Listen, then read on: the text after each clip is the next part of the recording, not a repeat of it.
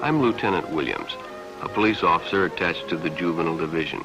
I'm on my way to Monroe Junior High School to talk to a group of young people. That looks innocent enough, doesn't it? Lots of young people hitchhike. Seems like a good way to get from one place to another. But sometimes there are dangers involved that never meet the eye. Let's take the case of Jimmy Barnes. Jimmy played baseball all afternoon, and he didn't feel like walking home, so he decided to thumb a ride.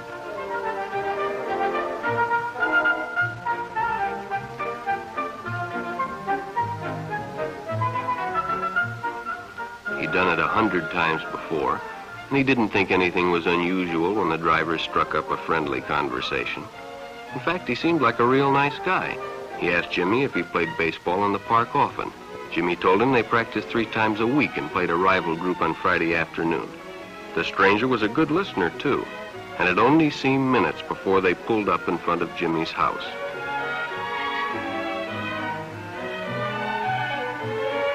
When Jimmy got out, the stranger gave him a friendly pat. Then he told him he'd see him again, as he always drove by the park on his way home.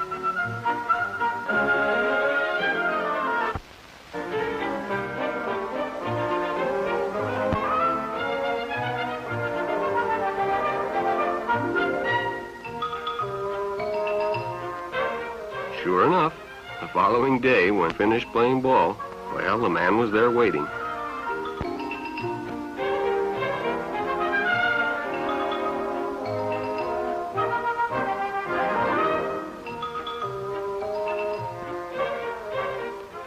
They stopped at a drive-in, and the stranger treated him to a Coke. During their conversation, he told several off-color jokes, but Jimmy had heard others before, and well, it made him feel big to so easily win the confidence of an older person.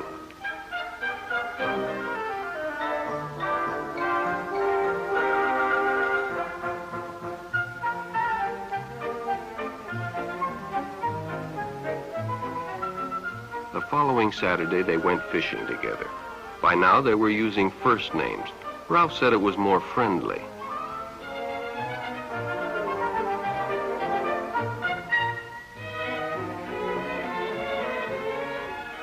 Jimmy hadn't enjoyed himself so much in a long time. Then during lunch, Ralph showed him some pornographic pictures. Jimmy knew he shouldn't be interested, but, well, he was curious. What Jimmy didn't know was that Ralph was sick, a sickness that was not visible like smallpox, but no less dangerous and contagious, a sickness of the mind.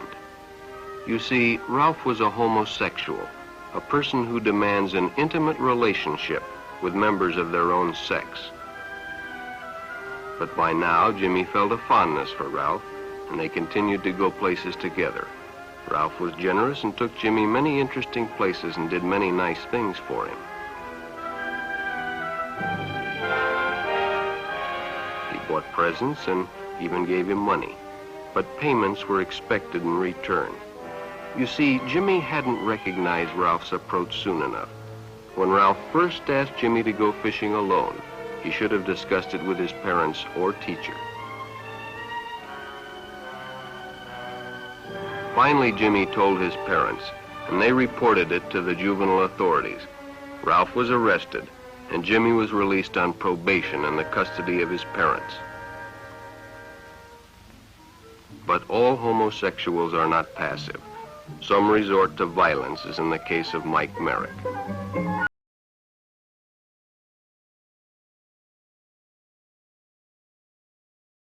the heat of competition, no one noticed the man who sat and watched.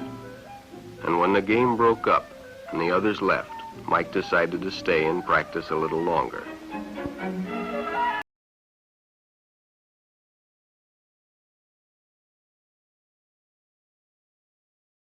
The stranger joined him. He was friendly and, well, it was better than playing alone. But after a few shots, Mike realized he had already overstayed his time and suggested he better leave. The stranger told him if he'd like to stay longer, he'd be glad to drive him home when they finished. Sounded great to Mike. Chance to play longer and get a ride home, too.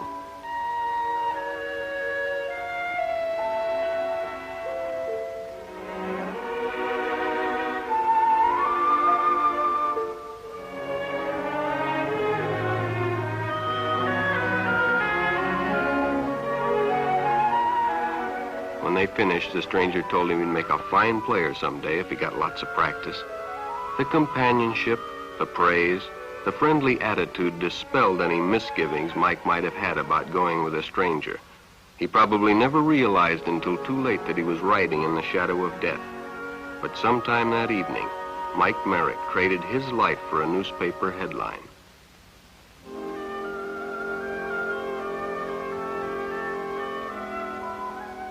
As Denny and Jerry got the papers ready for Jerry's afternoon delivery, they only casually noticed the two boys that raced by in the afternoon traffic, and they didn't pay much attention to the car that drew up shortly afterwards until the man called them over.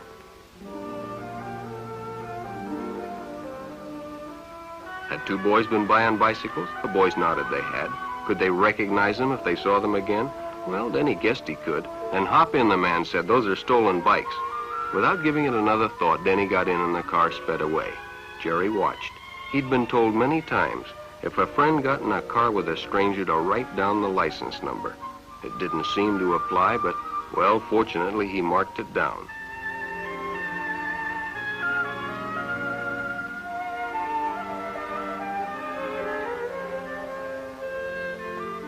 When he delivered a paper to Denny's house, he asked his mother if they'd caught the boys that had stolen the bicycles. Denny hadn't returned, so he told her the story and gave her the paper with the license number.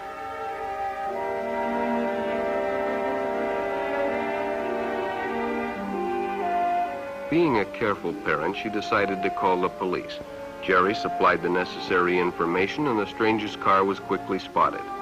It was a good example of how important it is to always get the license number and description of any stranger who takes a young person off alone, no matter what they tell you.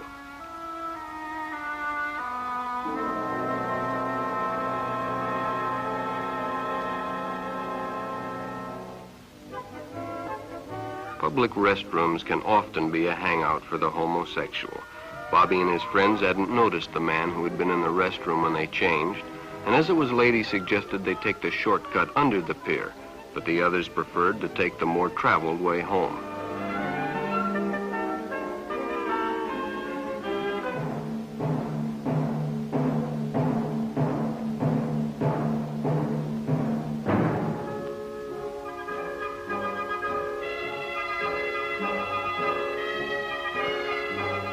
When Bobby recognized the stranger as the man in the restroom, the shortcut under the pier didn't seem like a good idea at all.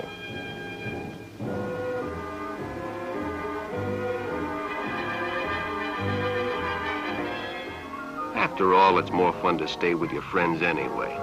Bobby had made a wise decision. It may have saved his life.